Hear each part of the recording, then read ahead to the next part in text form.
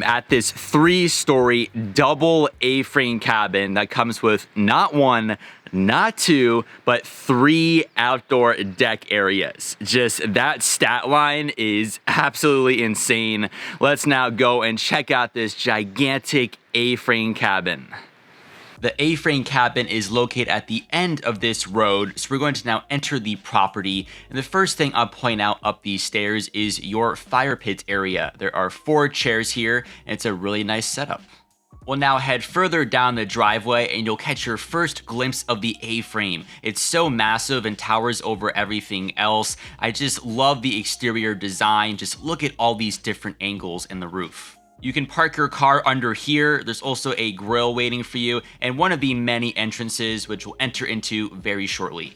But now onto one of my favorite parts. We're going to switch to the other side to the main front exterior. And ladies and gentlemen, here she is. The first time I looked at this on my drone, my jaw just dropped. This is the double A-frame part though. You can tell by both of these triangles. This essentially just felt like 2 gigantic cabins mashed together into one. I think it's perfect for any large group or family.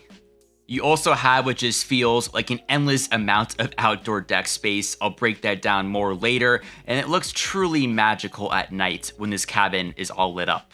One last thing to note for the exterior is the location. You have no neighbors around. We're also right on the borders of North and South Carolina, so you're gonna have some epic views just like this. We have a lot to explore on the interior, so let's now head on inside. Welcome to the interior of this gorgeous A-frame. We're going to start first inside of the kitchen, which is the first room you'll enter into through the main door. But let's go on through, and you have your sink over there on the left-hand side. These beautiful blue cabinets that wrap all the way around. You have your oven, your microwave, all the appliances you may need. It's a very well-stocked kitchen. In one area, you have plenty of coffee supplies, all of your dishes and glasses, and there are 2 stools at the end of the counter. Last but not least, you have a guest book and a very detailed guidebook waiting for you on this counter. But that's it for the kitchen. Let's now go to the opposite side into the main room. Here we are. This is definitely one of my favorite spaces in the entire home. As we inch up, you'll get your first glance of the gorgeous A-frame ceilings. In particular, I really love that unique lighting fixture and also those wooden beams that go across up top. This gives some perspective looking back into the kitchen, and that door also leads to one of the many outdoor decks. But you have your dining room table here. It can fit up to 8 people, and this part of the room definitely caught my eye as well. I thought it was some really neat architecture. On this side of the room, you have some really nice artwork and some plants. In the opposite corner, there are some games waiting for you. Let's now move to the opposite side of this room to this sweet chill out space against this wall. You have this one seat, and then right next to that is this comfortable couch. Finally, near the kitchen through this door, you have bathroom number 1 of 3. It's very modern and I loved the color scheme.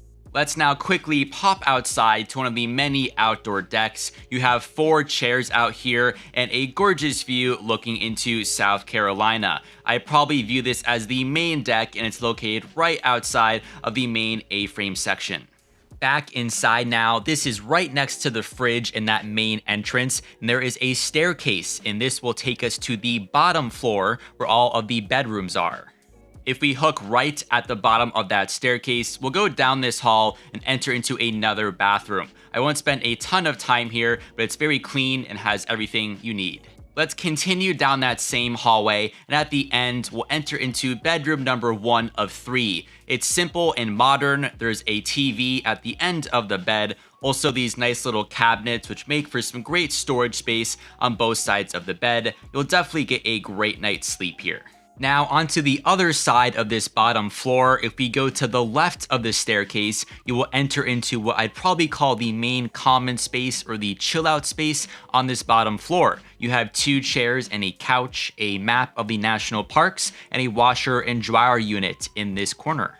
If we look out now, there are 3 more rooms on this floor for us to explore. We'll start on the far right. And if we walk on through, this is the bunk beds room. This is another bedroom. This is where I imagine the kids would sleep if you're here with a group or your family. And this one side as well, there's a shelf and a dresser for some storage.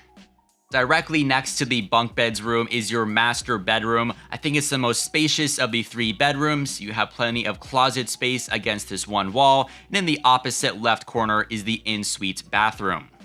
If we head into the bathroom, it'll probably remind you of the bathroom upstairs. I loved, again, the blue paint job though, especially the tiling on the floor definitely caught my eye. I thought that the host did a great job on the shower. But now we will exit the bathroom to check out one of the best parts of this bottom floor.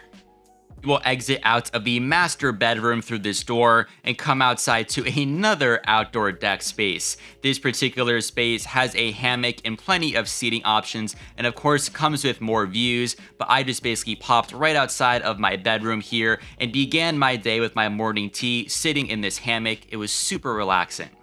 This deck wraps all the way around this floor though, so if you walk a little further down, you'll notice one of those really cool swinging chairs, and if we continue, you'll then see another sitting area, and this is now closer to that first bedroom that we toured, so essentially every bedroom in this cabin has its own outdoor space. To show how everything is connected though, the master bedroom is on the right hand side, the bunk beds in the middle, and that first bedroom on the left. Back now inside in the main room, you'll notice on the right side there's another staircase. That's because we have an entire floor still to explore, so let's head on up. This will take you into the stunning living room. I loved this setup. It was hot out, but I still had to start a fire. Against one wall is this modern couch, and the opposite you have your TV, the fireplace, and all this beautiful interior design. I was a huge fan of this room.